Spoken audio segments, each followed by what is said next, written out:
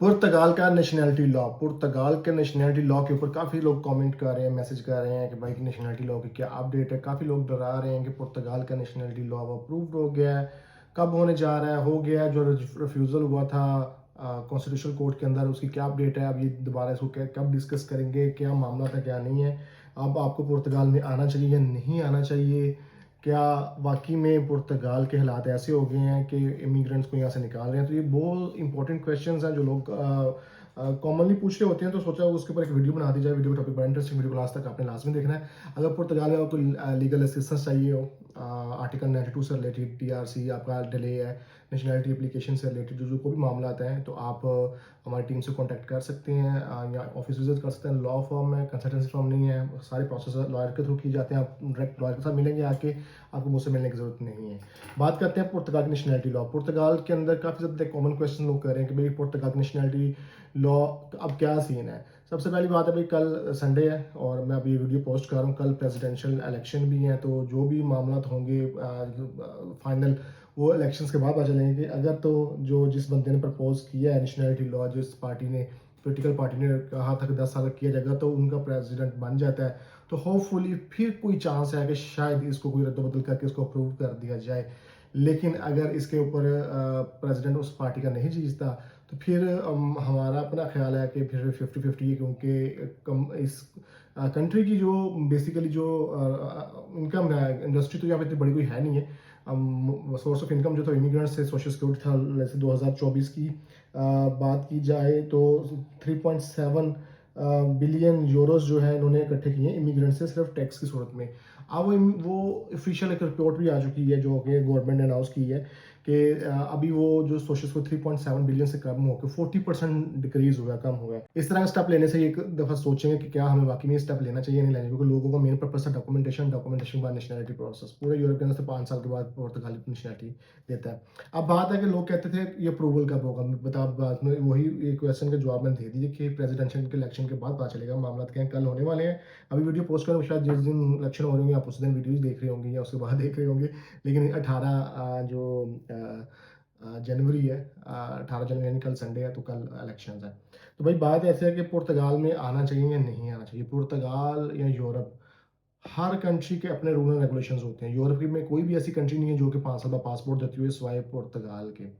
अब सीन ये है कि लोग स्पेन बैठे हैं, वो भी तो बैठे हैं वहाँ पे, जर्मनी बैठे हैं, वो भी तो बैठे हैं, दूसरी कंट्रीज़ हैं जैसे यूरोप की, वो भी वहाँ पे भी लोग बैठे हैं। जहाँ आपकी सेटिंग हो जाए वही कंट्री आपके लिए बेस्ट है। जर्मनी 5 साल बाद देता है, उस पर एक वीडियो बनाते हैं। जर्मनी में भी पॉलिसी चेंज की थी, तो जर्मनी भी 5 साल बाद पासपोर्ट ले सकते हैं, लेकिन लैंग्वेज सर्टिफिकेशन की रिक्वायरमेंट बहुत हाई है, तो वो आम बंदा तो कर नहीं पाएगा। तो बात करते हैं जी पुर्तगाल के हालात और वाक़यात। पुर्तगाल के हालात तो वाक़यात देखें, जो बंदे, बहुत से लोग क्वेश्चन करते हैं कि हमारा जानने वाला पुर्तगाल में रह रहा है, वो हमें कहते हैं यहाँ ना आना, ये यहाँ पे कुछ भी नहीं है, यहाँ पे डर है, यहाँ डराते बेसिकली, यहाँ पे भूख है, यहाँ पे ये है वो है। देखिए पुर्तगाल की जो इमिग्रेशन पॉलिसी है, मेरे एज़ कम्पेयर टू दूसरी यूरोपियन कंट्रीज़ बहुत फ्लेक्सिबल है। यहाँ पे आप ईज़ी हो जाते हैं।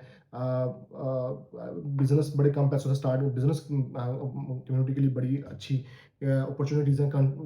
बेसिकली चीज़ें ईज़ी हैं करना यहाँ पे, अगर आप सही प्लेटफ़ॉर्म चूज़ करें। अगर किसी फ्रॉडी के हाथ में चढ़ेंगे, नौसरबाज के हाथ में चढ़ेंगे, तो वो फिर तो आपको पैसे खाएगा, तो ज़लील करेगा आपको। लेकिन आप ऑथेंटिक प्लेटफ़ॉर्म पे चल रहे हैं, तो ये कंट्री आपके लिए बहुत बेस्ट है, ईज़ी है। फैमिली रियूनियन पे आप फैमिली बुला सकते हैं, काफ़ी मामला हैं जो आप कर सकते हैं।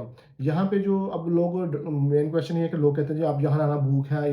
भाई आप तो सेट हो गए हैं, आप दूसरे को डिमोटिवेट क्यों कर रहे हैं? उसने अपने अपने नसीब का रिज़्क खाना है।